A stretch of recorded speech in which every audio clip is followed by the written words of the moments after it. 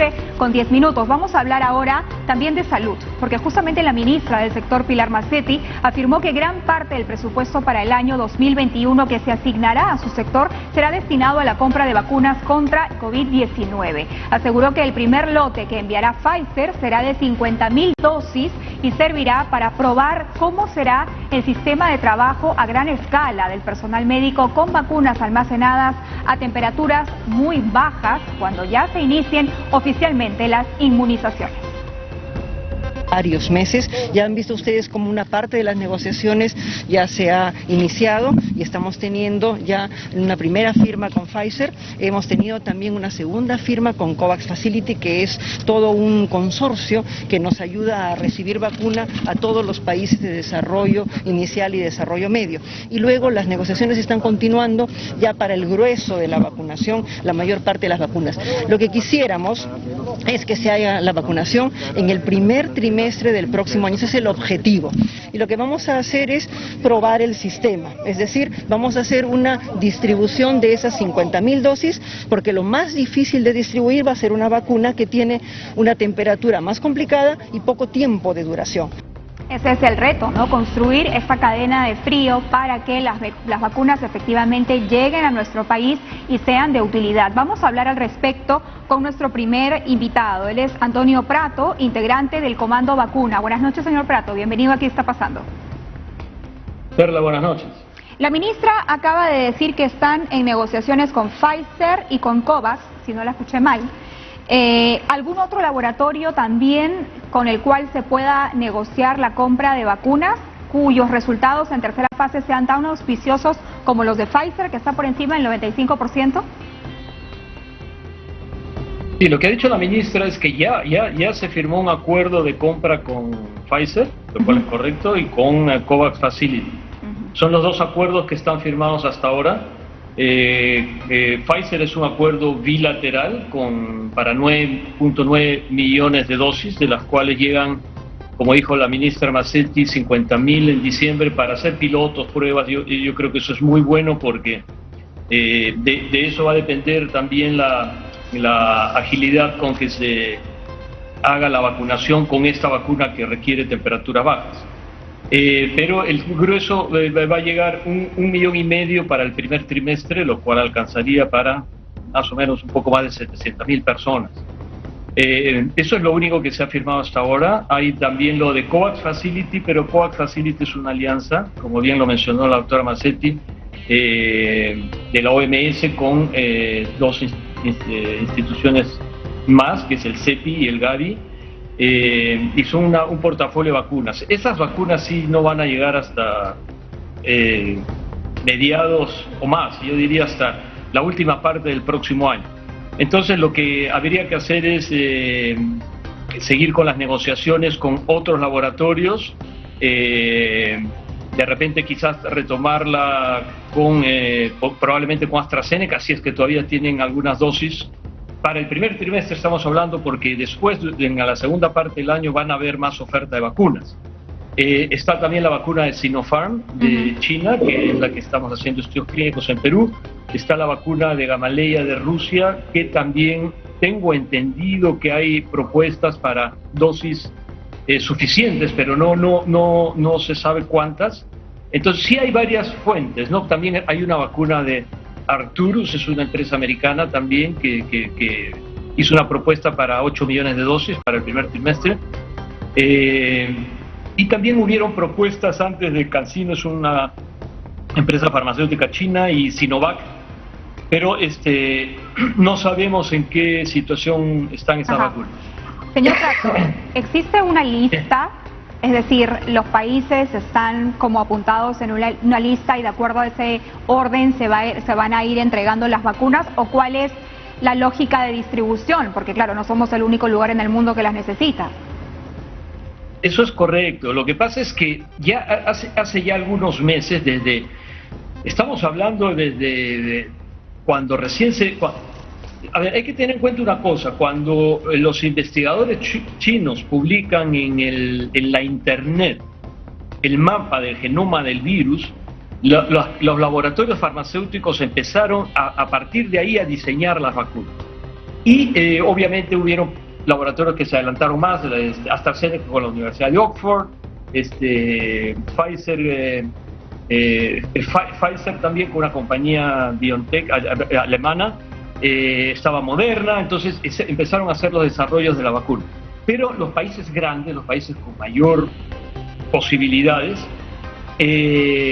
comprometieron vacunas. Dijeron, por ejemplo, Estados Unidos dijo, yo voy a pagar 1.500 millones de dosis por 1.200 millones de dosis por 500 millones de vacunas. Pero estaba todavía en fase preclínica probablemente, o sea, el riesgo era mucho mayor, y con ese dinero se ha seguido investigando. Entonces, así han hecho todos los países de Europa. ¿En qué lugar de la lista, digamos, nos encontramos? ¿En qué puesto? Bueno, es que lo que pasa es que hay una lista, hay un estudio que ha hecho The Economist, hace un tracking de las vacunas que están de los países que han comprado vacunas. Ahí aparecemos en posición 24, pero eso es lo que se ha comprometido, ¿no? Ahí están las 9.9 millones de vacunas de Pfizer, que es con los únicos que tenemos compromiso, ¿no? Hay países que obviamente han firmado más acuerdos, ¿no? Claro, es el compromiso concreto hasta el momento con Pfizer. Entonces, hasta el momento, sí. Hasta el momento. Entonces, usted dice que es importante que se inmunice al menos a 7 millones de personas en el primer trimestre del año 2021, y esto, señor Prato, ¿podría menguar una segunda ola? Depende cuándo se empiece. Hay un análisis muy bueno que ha hecho el MINSA sobre cuándo empezaría la segunda ola y cómo se va a manejar. Si las vacunas las tuviéramos, por decir, a partir de enero, por supuesto que eso menguaría tremendamente el tema de la segunda ola, eso es clarísimo. Por eso era la importancia de tener las vacunas lo antes posible y la firma de acuerdo lo antes posible, inclusive antes de las elecciones que son el 11 de abril. ¿Y estas vacunas de Pfizer están llegando cuándo a Perú? ¿Cuáles, perdón? ¿Las de Pfizer están llegando cuándo? Ellos se han comprometido para el primer trimestre, esperemos que sea lo más cercano hacia principios de año. Pero nuevamente, eso no va a ser suficiente, entonces hay que firmar acuerdos con más laboratorios, pero, digamos, ya sea Sinopharm o cualquier, la vacuna rusa o cualquiera, pero AstraZeneca o la de Johnson. Quedó claro, señor Prato, pero digamos, para ponernos objetivos a corto plazo, con una vacunación de 7 millones de personas, podemos decir que tendríamos un buen inicio y podríamos de alguna manera frenar el impacto de una segunda ola si es que estas inmunizaciones se realizan dentro de los 3 primeros meses del próximo año. Es correcto lo que has dicho, Perla, pero ojo que este cálculo es del Ministerio de Salud. El mismo MINSA ha hecho el cálculo de lo que se necesita vacunar, que son entre 6 y 7 millones de personas, que incluye la primera fila, como se le llama, que es el personal de salud, las Fuerzas Armadas, fuerzas policiales, personal de limpieza de los municipios, los adultos mayores y las personas con comorbilidad. Eso suma alrededor de 6 millones. Con eso está más que suficiente para tener una contención de la segunda ola. La contención. Y para un segundo momento, ¿con cuántas vacunas esperan ustedes contar y a qué público va a estar dirigido? A ver, esto nuevamente es el MINSA que tiene su plan de vacunación también muy detallado y según el plan de vacunación del MINSA son 22 millones de personas las que habría que vacunar. Pero lo más importante es lo que acabo de mencionar, que se debería vacunar en el primer trimestre del año.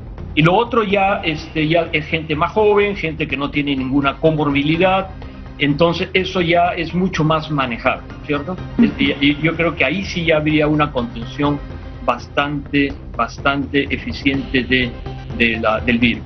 Claro, los niños no están considerados dentro de este programa de inmunización, nos explicaban, no. Porque no se ha aprobado justamente la vacuna en niños y adolescentes.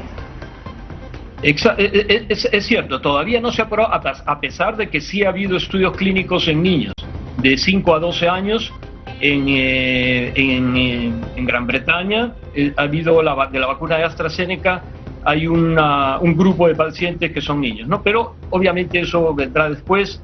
Efectivamente no se va, seguramente se va a aprobar para adultos y adultos mayores, probablemente se apruebe para los niños también esa vacuna específicamente. No hay muchos estudios en niños, eso es cierto. Ahora, nosotros necesitamos los más de 30 millones de dosis. La idea es que todos los peruanos estemos vacunados, o vacunando a 24 millones ya estaríamos tranquilos, digamos. Sí, 22 millones, 22.